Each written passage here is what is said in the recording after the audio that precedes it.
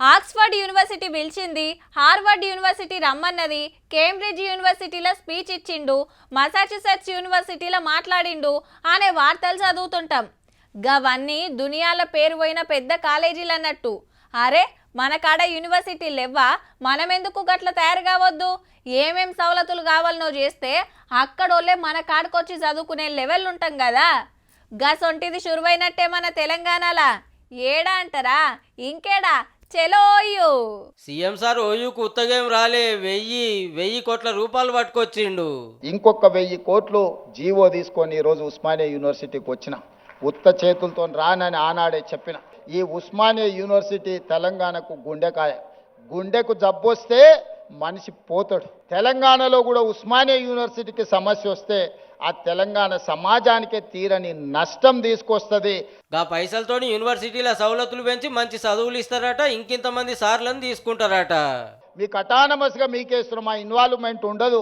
మీకు ఎవరైనా మంత్రులు, ఎంపీలో, ఎమ్మెల్యేలో ఫోన్ చేస్తే నాకు చెప్పరు. వాళ్ళు ఉద్యోగాలు ఇప్పించుడు కాదు, పైరవి పట్టుకొని వచ్చిన వాళ్ళ ఉద్యోగాలు ఊడదీసే బాధ్యత నాది. ఛాయ్ తాగిపించండి, మధ్యాహ్నం వస్తే ఇంత భోజనం పెట్టండి, కానీ ఓ టీచర్ ఉద్యోగం మాత్రం ఇవ్వకండి. ఒక టీచర్ ఉద్యోగం పైరవికారుడికి ఇస్తే రాబోయే 35 ఏళ్ళు 8,000 మంది పిల్లల భవిష్యత్తు వాళ్ళు జడగొడతారా?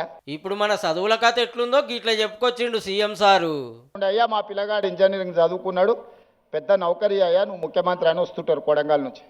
వాడిని పిలిచి అప్లికేషన్ పెట్టుకోరంటే వానికి రాయనికి వస్తలేదు. వేరే పని చేసేటోనికి పని ఇప్పించుడు నాకు అలకగా ఉన్నది. ఇంజనీరింగ్ చదివిండి అంటే ఇప్పించుడు చాలా కష్టంగా ఉన్నది. ముఖ్యమంత్రి గారికి ఇంగ్లీషే రాదని కొందరు రెడ్డిస్తున్నారు కదా. నేను గుంటూరులో చదువుకోలేదు మిత్రులారా. గూడు పుటాని నాకు తెలియదు. నల్లమల్ల అడవుల్లో నుంచి వచ్చిన వాళ్ళు అనుకుంటుండొచ్చు ఎంగిల్ పీస్ రాదని. జర్మన్కు, జపాన్కు, చైనాకి ఎంగిల్ పీస్ ఏం రాదు నాయన. కనీసం మనం ఏబిసిడీలు అన్న రాయగలుగుతున్నాం. ఇవాళ రాష్ట్రాన్ని నేను పరిపాలిస్తలేను ఆయన మంచిగా 2 ఏళ్ళ నుంచి మీరే చూసారు కదా. కావాలంటే 10 మంది ఇంగ్లీష్ వచ్చిన వాళ్ళని ఉద్యోగస్తులను పెట్టుకుంటే మాట్లాడవా అని చెప్పొచ్చు ఒకరి తర్వాత ఒకరిని. భాష అనేది ఒక కమ్యూనికేషన్ మాత్రమే, అది నాలెడ్జ్ కాదు. నాలెడ్జ్ వేరు, కమ్యూనికేషన్ వేరు. తెలంగాణ కోసం విద్యార్థులు ఎట్లా కొట్లాడింది, రాష్ట్రం వచ్చినాక ఏలటోళ్ళు పట్టించుకొని ముచ్చట అంతా చెప్పుకొచ్చిండు. చాలా మంది 2 ఏళ్ళల్లో నువ్వేం చేసినవయ్యా, మేం చూడు 10 ఎకరాలలో ముఖ్యమంత్రి బంగళా కట్టుకున్నాం, 25 ఎకరాలలో పాలించనికే సచివాలయం కట్టుకున్నాం. తెలంగాణ ప్రజలే కాదు, ఆలు మొగళ్ళ మధ్యలో కూడా నిఘా పెట్టడానికి కమాండ్ కంట్రోల్ రూమ్ కట్టుకున్నాం. 1,00,000 కోట్లు పెట్టి కాళేశ్వరం కట్టుకున్నాం. మేము చూడు ఎన్ని కట్టినామని ఒక 4 చెప్పిరాలు. నేను కూడా 4 చేసిన. తెలంగాణ రాష్ట్రం వచ్చిన తర్వాత ప్రతి బడిలో, గుడిలో వినిపించవలసిన జయ జయ హే తెలంగాణని మీరు తొక్కి పెడితే